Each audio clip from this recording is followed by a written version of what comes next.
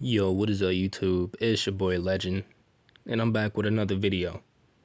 Now, I know some of y'all already seen the videos, some of y'all not too thrilled that I'm reposting on this channel, but just give me some time and I'll be coming out with some new content. That way y'all can actually enjoy it and not go through the old stuff. But I just want to thank all of you guys who've been commenting in the video telling me not to give up on YouTube. That really means a lot to me, especially on some shit like this, where this is the second time that a channel of mine has been deleted. But yeah, thank you guys for just showing your support, letting me know that I made the right choice, deciding to stick it out with YouTube. So thank you. I actually really appreciate you guys. But yeah, back with another video. You already know what it is just by looking at the thumbnail. You guys hit the like goal, so we gonna keep the same like goal. 7 likes for the next part. Without further ado, let's get into this intro so we can start this what if. Are you just gonna take that? Make them take it all back. Don't tell me you believe that. Are you just gonna take that? Or will you fucking fight back?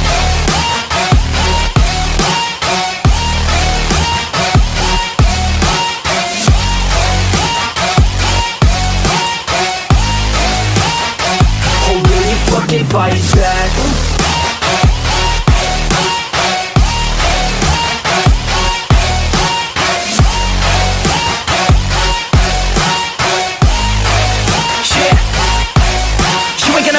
You ain't never ever gonna break it. You can never beat them and they're better than you face it. Thinking that they give a damn, you're not thinking straight, kid. No, they don't give a damn, you got what I'm saying? I'm not fucking playing, I'll give it to you straight, man. We start this episode off with Rias as she sat down in a medium-sized house in the living room. It was paid for and furnished by her elder brother. Rias looked off into the distance before she heard a giggle. Rias turned and looked at her queen. Is something amusing you? Akeno looked at her. Rias, you wouldn't be thinking about Sir Oberon, are you? Rias flushed a little. What gave you that impression? Kaneko stopped eating her cookies and spoke. You've been sitting like this since you last saw him. So you're giving the impression that you're thinking of him. Rias scoffed. Of course I'm not thinking of him. I'm just disappointed that he rejected my offer. Akeno tilted her head and smiled. So, I can pursue him with no consequence then? Rias only gave a and a turn of the head with Sona. She and her peerage members went in separate directions, excluding Tsubaki, who stuck close to Sona. What is your opinion of him, Tsubaki? The long-haired woman looked as if she didn't know what Sona was asking. I mean, does he give you any bad vibes? Should I have my sister start keeping tabs on him? Tsubaki almost panicked, but remained calm. I like his mannerisms. He seems kind, but having your sister keep an eye on him would be illogical. This is his territory. All of Japan is his, so having Leviathan-sama watch him is disrespectful. If he wanted, he could easily kick us out and no one could do a thing about it. Some say that he's even stronger than Lucifer-sama. It's best we just stay on his good side. Sona gave a nod as the two continued to walk. I wonder if he'd be willing to play a game of chess with me. Tsubaki stopped walking as she stared at Sona, causing her to stop walking as well. Tsubaki spoke. Sona, are you attracted to him? I mean, your mind and strategy is great, but Naruto is not a dumb man. We both have heard his exploits and how smart he is in creating strategy. His mind rivals that of the head of your family, Sir Pharaoh. Sona simply smiled. Tsubaki, I'm glad that you're concerned, but I'm confident he won't beat me in chess. And besides, we don't even know if he'd accept my challenge. Time skip. 2 weeks later, Rengoku slid back panting hard. His clothes were in shambles, and he could barely hold his sword. Come on, Kyojiro. I'm gonna make you stronger and improve your endurance. Just once more. Use that total concentration thing to recover your breath. Rengoku fell to his knee as he started to take some sharp and short breaths to change his breathing rate before taking one deep breath, as his heart rate slowed instantly as he took hold of his breathing and stood tall. Good. That's all for today. We've been at this for 3 hours without breaks. Clean yourself up, go eat, and rest. Rengoku nodded with respect as he turned and began to walk into Naruto's home. He was offered to stay there in the mansion, but he chose to just stay in his dojo. Naruto even offered to pay his expenses, but Rengoku declined. He had a lot of respect for Naruto and was glad to know him. Naruto walked, going back into his home. He then smiled. He realized he had the strongest knight in the devil race. Naruto showered before more light filled the bathroom as he rose an eyebrow. He stepped outside and saw Tsubaki and Sona, as they both kept stoic faces, but they were still beet red. Shouldn't you two be at school? Naruto took a towel and wrapped it around his waist. Sona began to speak. We came here on our lunch break. We're here because I wanted to throw a challenge your way.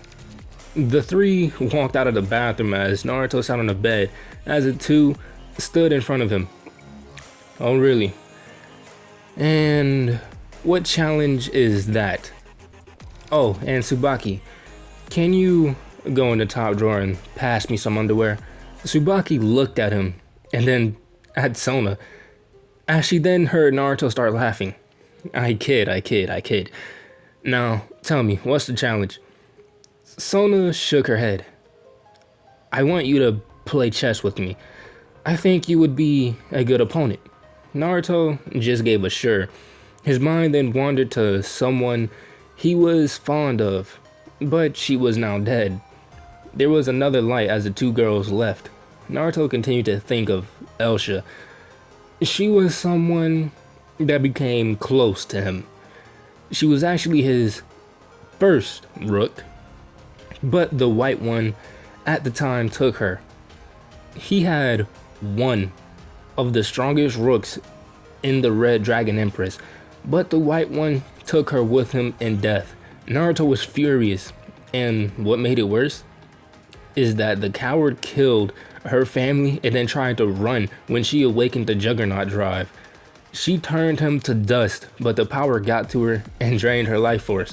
When Naruto arrived, the only thing that remained of the white prick was half of his upper body, and Elsha was lying in a crater, stripped of her armor, with her rook piece lying on her chest. All the devil essence gone from it. Besides Graphia, Naruto was willing to marry Elsha, so the sight of her tattered, lifeless body set Naruto off. For the first time, Naruto acted as an actual devil. With just his energy, he destroyed 10 miles of land in a 365-degree area. That happened in Italy, some time ago, when he was on a vacation. Soon, Naruto went back to Underworld to get another rook piece, and of course, Serzex made him the laughingstock, and people accused him of not being able to control a peerage member. Naruto shook his head, banishing the old memory from his head. Thinking of her got Naruto curious though. He wondered who the new red and white dragons were now. Naruto then snapped his fingers. He was due for a visit with the Phoenix family. He and Lord Phoenix were good friends, but unlike him and Lord Phoenix viewed women as just breeding stock, and Naruto didn't really like that view. Naruto got dressed, putting on a dark blue tuxedo. He then waved a hand as a dark green magic circle came on the floor as he stepped into it and vanished. He reappeared in front of a large wooden door in the underworld as he gave 3 knocks.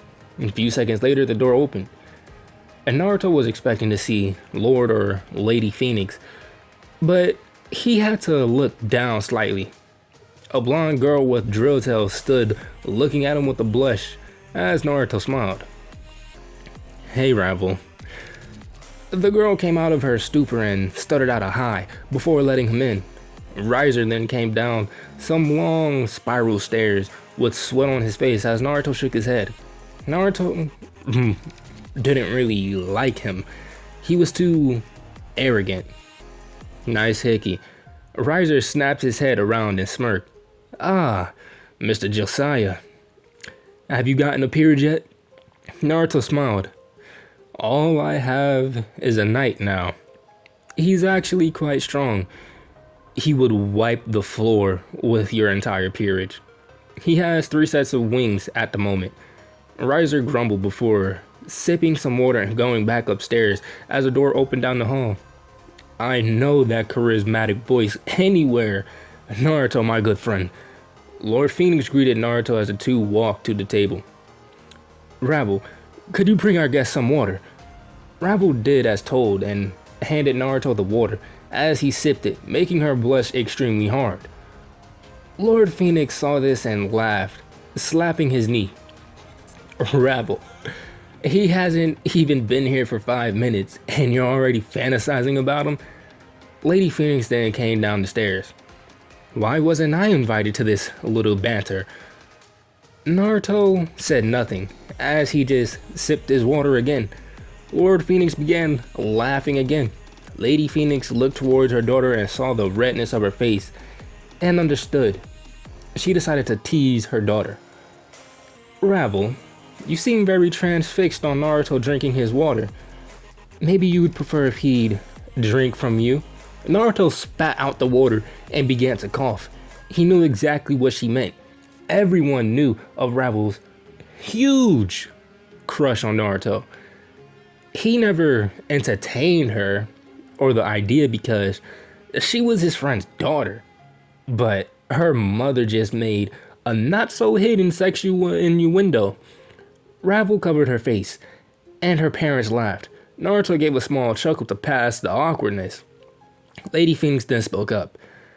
"Naruto, there is actually something me and my lord wanted to ask you."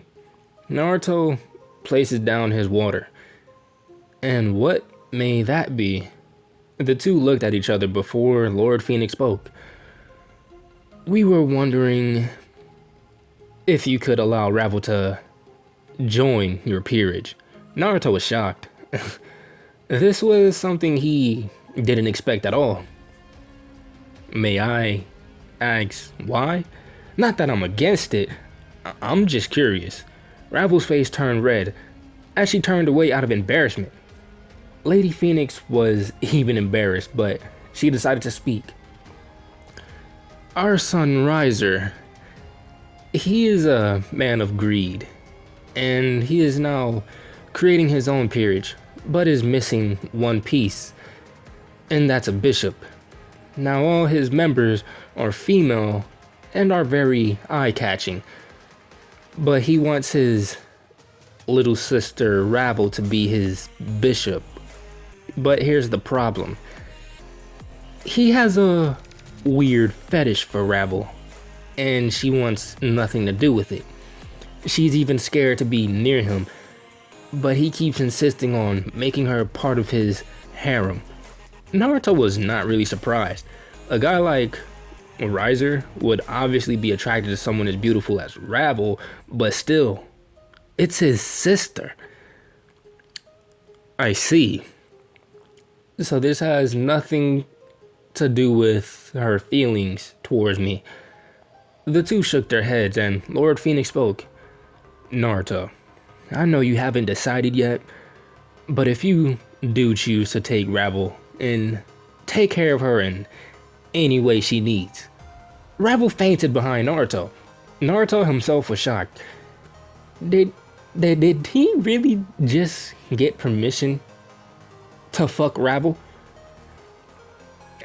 I appreciate the blessing, Lord and Lady, but it's not entirely up to me. If Ravel does not want to join me, then I won't force her. And I also can't marry her. I actually can't marry any woman. Naruto said the last part with a bitter smile. Every time he thought of marrying someone, something always made sure it didn't happen. First, it was Graphia, and then Elsha. Naruto looked at the two of them. I have my reasons. Every time I went to propose, something always got in the way, sometimes harming the other party. Ravel ended up waking up as she stood with a throbbing headache. The three that sat at the table turned and looked at her. Naruto gave a sigh. Ravel wasn't his ideal want for a bishop, but he was asked to take her in by two of his friends, and she was a phoenix on top of that. Naruto already made up his mind that he was going to take her, but he would also make sure that his bishop piece would not go to waste. He would put her through vigorous training. He wanted each of his pieces to have at least 2 sets of wings, but Ravel only had 1. Ravel, would you like to join my peerage as one of my bishop? Ravel gave a little thought to it and said yes immediately as she hugged Naruto. Naruto laughed as he towered over her in his sitting form, as she clung to him and he patted her on the back. Hey Ravel, you do know that you will have to get stronger if you wish to join me, right? Ravel didn't care. She no longer had to worry about her weird brother, and she would become a bishop of the Naruto Oberon, alleged strongest devil next to Sir Zex. Not to mention, she was infatuated with him. Naruto now has to make plans for training Ravel. Mainly, he needed a pool. He was going to have to build out part of his backyard or move to another place. Naruto took out a dark green bishop piece and began to do the ritual on Ravel so he wouldn't forget when he tried to leave. Ravel was now his. The 4 of them spoke a little more before both Naruto and Ravel took their leave. Time skip. 3 days later, Ravel glared at Naruto. Naruto, you do know it's impossible to create fire underwater, correct? Naruto gave a small smile as he lay on the sand at the beach. Yes, but you're a phoenix. I know you can do it. I want you to keep doing this until your fire turns gray. You're a phoenix, so your fire should be deathly hot. Rengoku sat next to Naruto as he looked at Ravel, confused. Naruto-san, how exactly will this make her fire burn hotter? Naruto gave 2 simple answers. 1, the Phoenix family have control over both fire and wind. If she had the ability to use wind, which she doesn't, she'd be able to create an air pocket, allowing her to create the fire under the water. The air pocket would act as a fuel to the heat, making the fire more deadly. And 2, since she can't use wind, then she'll have to focus more and put more energy to make the smallest of fire. Once she can make a big enough fire in her palms underwater, it will show that her flames burn bright. Once she comes out of the water, using this method, her fire should either be a shade of blue or a tint of white. This is when she will start to work on her power output for her fire. Once we refine it, her control itself will make the fire even hotter, turning it a shade of black. It made perfect sense to Rengoku, so he continued to watch. Ravel continued to get frustrated. She couldn't even make a fire. The water kept dispersing the heat in her palms, which was infuriating. Naruto saw this and he got into the water with Ravel. He came behind her and rested his hands on her hands and told her to relax. You can't use the amount of magic on land and water. That's why the heat keeps dispersing. Also, try and focus your magic strictly at the center of your palm and not your entire palm.